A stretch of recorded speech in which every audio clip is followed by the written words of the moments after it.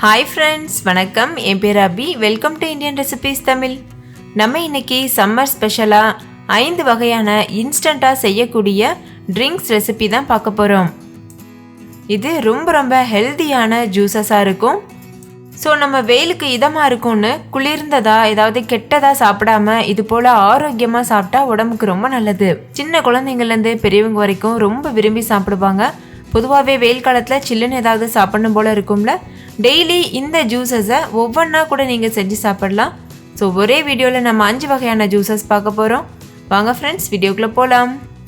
வீடியோக்குள்ளே போகிறதுக்கு முன்னாடி நம்ம சேனலை ஃபஸ்ட் டைம் பார்க்குற ஃப்ரெண்ட்ஸாக இருந்தீங்கன்னா இந்த வீடியோக்கு கீழே இருக்க ரெட் கலர் சப்ஸ்கிரைப் பட்டனை கிளிக் பண்ணி சப்ஸ்கிரைப் பண்ணிக்கோங்க. கூடவே இருக்க பெல் சிம்லையும் கிளிக் பண்ணிக்கோங்க. ஃபஸ்ட்டு நம்ம பார்க்க போகிறது மாதுளம்பழம் ஜூஸ். பொதுவாக மாதுளம்பழத்தை உரிக்கிறதே ரொம்ப கஷ்டம்ல. ஆனால் நம்ம இன்னைக்கு ரொம்ப ஈஸியாக எப்படி உரிக்கிறதுன்னு பார்க்க போகிறோம். இந்த மெத்தட் ஜூஸ் கடைகள்லாம் ஃபாலோ பண்ணுவாங்க. பாருங்கள், இந்த மாதிரி 2ஆக கட் பண்ணிக்கோங்க மாதுளம்பழத்தை. அதுக்கப்புறமா ஒரு பாத்திரம் வச்சுக்கோங்க. அதில் இது போல் மாதுளம்பழத்தை திருப்பி நம்ம கையில் வச்சுட்டு ஒரு கரண்டி வச்சுட்டு இது போல் நல்லா அடிச்சுட்டே இருக்கணும். குழிக்கரண்டி எடுத்துக்கோங்க, அது ரொம்ப ஈஸியாக இருக்கும். இல்லைனா பருப்பு கடையிற மத்து இருந்ததுன்னா நீங்கள் அது கூட யூஸ் பண்ணலாம். இது போல் நல்லா ஃபோர்ஸாக அடிச்சுட்டே இருங்க. எல்லா முத்துக்களும் ரொம்ப ஈஸியாக வெளியில் வந்துடும், ஒன்று கூட உள்ளே இருக்காது. இந்த மெத்தடை நம்ம ஜூஸ் பண்ணுறதுக்கு மட்டும்தான் ஃபாலோ பண்ண முடியும். ஏன்னா கொஞ்சம் தண்ணியோட, அதாவது ஜூஸோடவே இது வெளியில் வரும். நம்ம நார்மல் சாப்பிட்றதுக்கு இது ஃபாலோ பண்ண முடியாது. ஜூஸ் பண்ணுறதுக்கு நிறைய பழம் உரிக்கிற மாதிரி இருக்கும். அதுக்காக தான் இந்த ஈஸியான மெத்தடையும் யூஸ் பண்ணுறோம். நீங்களே பாருங்கள் எவ்வளோ சுலபமாக வந்துடுது. ஒரு பழம் உரிக்கிறதுக்கு மொத்தமே 30 செகண்ட் தான் ஆகும். இப்போ இது போல் உரிச்சதுக்கு அப்புறமா பாருங்கள், உள்ளே ஒன்று கூட இருக்காது, வெறும் தோல் மட்டும்தான் இருக்கும். ஸோ இதே போல் மீதி இருக்க எல்லா பழங்களையும் உரிச்சுக்கிறலாம். நான் 1 கப் அளவுக்கு மாதுளம்பழம் உரிச்சு வச்சுருக்கேன். அதை ஒரு மிக்சர் ஜாரில் சேர்த்துக்கோங்க. இப்போ இது கூட 2 டீஸ்பூன் அளவு சர்க்கரை சேர்த்துக்கோங்க. நான் சுகர் பவுடர் சேர்க்குறேன், நீங்கள் நார்மலான சர்க்கரை கூட சேர்க்கலாம். பொதுவாகவே மாதுளம்பழத்தில் ஸ்வீட்னஸ் இருக்கும், அதனால் ஸ்வீட் உங்களுக்கு தகுந்த மாதிரி சேர்த்துக்கோங்க. இப்போ இதில் ஒரு எலுமிச்சம்பழத்தை பாதியாக கட் பண்ணிவிட்டு அதை பிழிஞ்சு விட்டுக்கோங்க. இது டேஸ்ட்டை இன்னும் நல்ல தூக்கலாக காமிக்கும், அதுக்காக நம்ம எலுமிச்சம்பழம் பிழிகிறோம். இந்த 5 வகையான ஜூஸஸ்லையுமே நான் சுகர் சேர்த்துருக்கேன். அது எல்லாமே ஆப்ஷனல். உங்களுக்கு விருப்பம் இருந்ததுன்னா நீங்கள் சர்க்கரை சேர்த்து பண்ணுங்கள், விருப்பம் இல்லைன்னா தாராளமாக ஸ்கிப் பண்ணிடுங்க. இப்போ இதில் ஒரு 1/4 கப் மட்டும் தண்ணி சேர்த்துட்டு இதை நைஸாக அரைச்சிக்கோங்க. பாருங்கள், இந்த மாதிரி. மாதுளம்பழத்துலேயே அதிகமாக தண்ணி இருக்கும், அதனால தான் நம்ம 1/4 கப் தண்ணி மட்டும் சேர்க்குறோம். ரொம்ப சேர்த்துட்டோன்னா டேஸ்ட் கெட்டுரும், அதனால் 1/4 கப் மட்டும் போதும். அது ஒரு 30 ml அளவு தண்ணி இருக்கும். இப்போ இது நல்லா அரைச்சாச்சு. ஒரு பாத்திரம் எடுத்துக்கோங்க, அதில் ஒரு சன்னி வச்சுக்கோங்க. அதில் நம்ம இந்த ஜூஸை சேர்த்துருவோம்.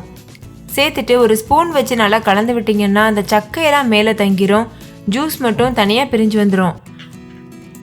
உங்களுக்கு வடிகட்டை பிடிக்கலைன்னா நீங்கள் அப்படியே குடிக்கலாம், ஆனால் வடிகட்டி குடித்தோன்னா தான் ரொம்ப டேஸ்ட்டாக இருக்கும். பாருங்கள், இந்த மாதிரி ஸ்பூன் வச்சுட்டு லேசாக தேய்ச்சி விட்டிங்கன்னா போதும், அந்த ஜூஸ் மட்டும் தனியாக பிரிஞ்சு வந்துடும். இப்போ பாருங்கள், சக்கையெல்லாம் நல்லா தனியாக தங்கிருச்சு. இது நம்மளுக்கு தேவையில்லை. ஜூஸ் மட்டும் நம்ம சர்வ் பண்ணி சாப்பிடலாம். அவ்வளோதான், சூப்பரான மாதுளம்பழம் ஜூஸ் சூப்பராக தயாராகிடுச்சு. நம்ம இனிமேல் மாதுளம்பழத்தை உரிக்கணும்னு கஷ்டப்பட்டுட்டு ஜூஸ் போடாமல் இருக்க தேவையில்லை. நல்லா என்ஜாய் பண்ணி மாதுளம்பழம் ஜூஸ் குடிங்க. அடுத்தது நம்ம பார்க்க போகிறது ஆரஞ்சு ஜூஸ். அதுக்கு நான் இன்றைக்கி 6 ஆரஞ்சு பழம் எடுத்து வச்சுருக்கேன். 6 மீடியம் சைஸ் ஆரஞ்சு பழத்தில் நம்ம 3 பேத்துக்கான ஜூஸ் தயார் பண்ண முடியும். ஃபஸ்ட்டு தோலை உரிச்சிட்டு 2ஆக இது போல் கட் பண்ணிக்கோங்க. அதுக்கப்புறமா அதில் இருக்கக்கூடிய விதையை நீக்கிடுங்க. இது எதுக்காக பண்ணுறோன்னா, விதையோடு பண்ணோன்னா ரொம்ப கசப்பாக இருக்கும், அதனால் விதையை நீக்கிட்டு பண்ணுங்கள், அப்போ தான் ரொம்ப டேஸ்ட்டாக இருக்கும்.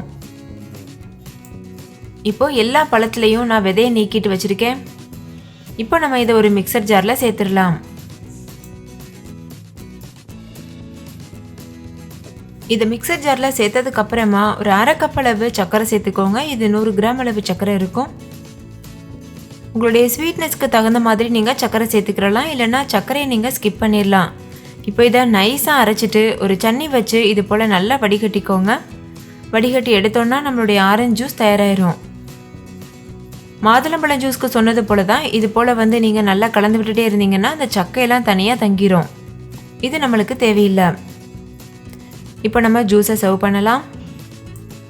உங்களுக்கு விருப்பம் இருந்ததுன்னா நீங்கள் ஐஸ் போட்டு குடிக்கலாம், அப்படி இல்லைன்னா நார்மலாகவே குடிக்கலாம்.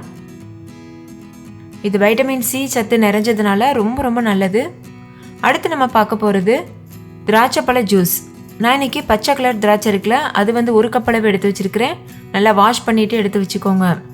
அதை வந்து ஒரு மிக்சர் ஜாரில் சேர்த்துக்கோங்க. திராட்சையில் நல்ல இனிப்பு இருக்கும். நீங்கள் பழத்தை சாப்பிட்டு பாருங்கள். இனிப்பு இருந்ததுன்னா சுகர் எதுவும் போட தேவையில்லை. இல்லை ரொம்ப புளிப்பான பழமாக இருந்ததுன்னா நீங்கள் சர்க்கரை சேர்த்துக்கிறலாம். இதில் நான் ஒரு 1/4 கப் அளவு சர்க்கரை சேர்க்குறேன். இந்த ஜூஸ் வந்து 2-3 பேர் குடிக்கிறது அளவுக்கு தாராளமாக வரும். கூடவே ஒரு 1/2 கப் அளவு தண்ணியும் சேர்த்துக்கோங்க. ஒரு பிஞ்ச் அளவு உப்பும் சேர்த்துக்கோங்க. ஒரு அரை எலுமிச்சம்பழத்தை இது போல் பிழிஞ்சு விட்டுக்கோங்க. எலுமிச்சம்பழம் நல்ல டேஸ்ட்டை தூக்கலாக கொடுக்கும். ஸோ கண்டிப்பாக பிழிஞ்சு சேர்த்து பாருங்கள், ஸ்கிப் பண்ணிடாமல். இப்போ இதை நம்ம நைஸாக அரைச்சிட்டு வந்துடலாம். நல்லா அரைச்சதுக்கு அப்புறமா இது போல் ஒரு சன்னி வச்சுட்டு நல்லா வடிகட்டி எடுத்துக்கோங்க.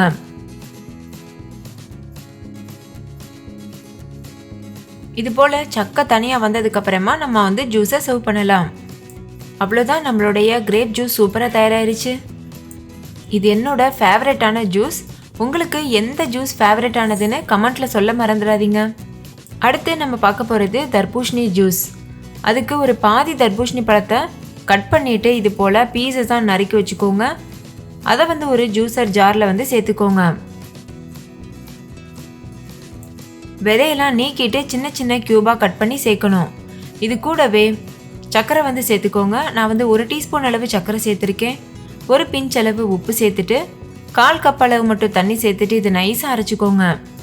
தர்பூசணி நிறைய தண்ணி நிறைந்த பழம்ன்றதுனால கொஞ்சமாக தண்ணி சேர்த்தாலே போதும். இப்போ இது போல் நல்லா வந்து ஸ்பூன் வச்சு கலந்துட்டே இருங்க.